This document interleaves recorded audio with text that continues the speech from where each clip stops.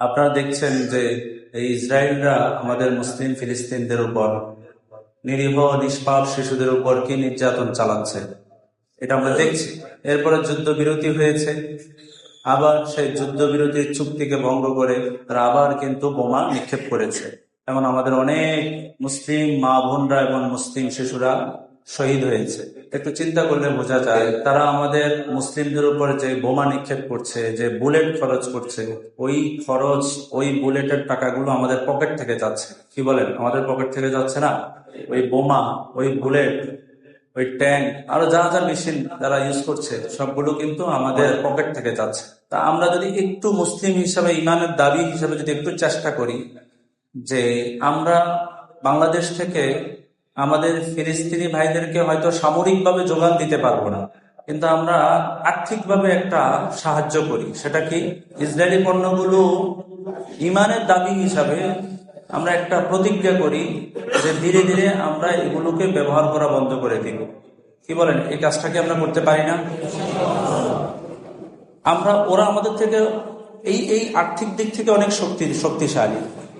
হ্যাঁ, তো আমরা কমসে কম এই একটা সাইডে তাদেরকে একটা ধাক্কা দিতে পারি যে আমরা যদি তাদের পণ্যগুলো, হ্যাঁ, ইসরায়েলি পণ্য পাশাপাশি আমাদের দেশীয় পণ্য, তো দোকানে যখন যাব ইসরায়েলি পণ্যটা ইমানের দাবি হিসেবে না কিনে দেশীয় পণ্যটা যদি কিনে নিই, তাহলে হয়তোবা আমি ওই যে আমাদের জেনে তো একটা ব্র্যান্ড ব্র্যান্ড নামে একটা অনেক কিছু ঢুকে গেছে, যে যে কোনো জিনিস ব্র্যান্ড, যে কোনো একটা জিনিস হয়তো আমরা ওই ওই টাইপের কিছু একটা কিনতে পারলাম না, কিন্তু আমরা আমাদের মুসলিম ফিলিস্তিনি ভাইদেরকে সাহায্য করতে পারলাম দেশীয় পণ্য কিনে। আপনারা কি আমার কথা বুঝতেছেন? এখন অনেকে অনেক কথা বলবে যে হুজুর আপনি যে বয়কটের কথা বলছেন, হ্যাঁ, ইসরায়েলি পণ্যগুলোকে বয়কট আর বর্জন করার কথা যে বলছেন, এটা তো সম্ভব না, এই কথাটা অনেকে বলবে। তো সেই জন্য আমি বলতেছি আপনাকে আজকে রাতেই সব ত্যাগ করার কথা বলা হচ্ছে না।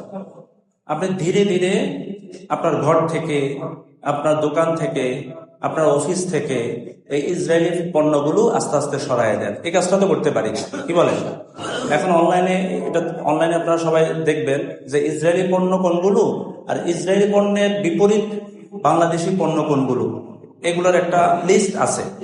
তো আপনি এটা দেখে নেন, দেখার পরে দোকানে গিয়ে আপনি কোকা কোলা জাতীয়, পেপসি জাতীয় বা এই কোম্পানির সাথে সম্পৃক্ত ওই পণ্যগুলো না কিনে আপনি দেশীয় পণ্য কিনেন। পানি কিনতে গেছেন, এভাবে খেয়াল করেন। সাবান কিনতে গিয়েছেন, খেয়াল করেন। শ্যাম্পু কিনতে গিয়েছেন, খেয়াল করেন। হ্যাঁ, খাদ্যদ্রব্যের কোনো কিছু কিনতে গেছেন, খেয়াল করেন। এখন বলবো যে খেয়াল কেন করব?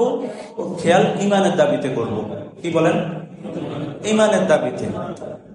ওরা মুসলিম, ওই ফিলিস্তিনি ভাইরা আমাদেরকে বলে নাই, কিন্তু আমরা ইমানের দাবিতে এতটুকু করতে পারি যে আমাদের একটা টাকা যেন আমাদের ভাইয়ের বুককে ছিদ্র না করে, আমাদের একটা টাকা যেন আমাদের একটা নিষ্পাপ নিরীহ ফিলিস্তিনি শিশুকে যেন ছিন্ন ভিন্ন না করে, এই প্রতিজ্ঞাটা নিতে পারি না? কি বলেন?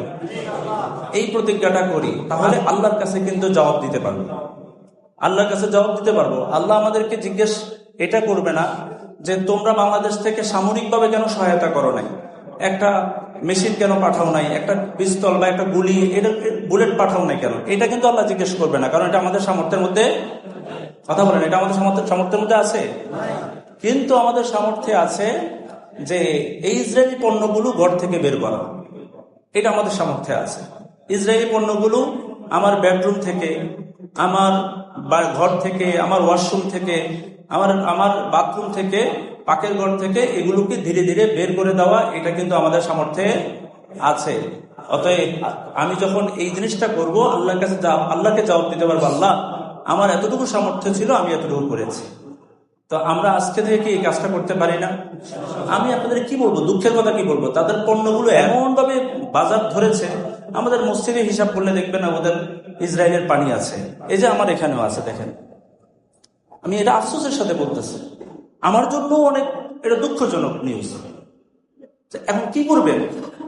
এখন আমাদের কাজগুলো আজকে থেকে মনে রাখবেন, আমাদের হুজুর বলেছেন আজকে থেকে ধীরে ধীরে ঘর থেকে পণ্যগুলোকে দূরে সরানো, এটা হলো ইমানের দাবি।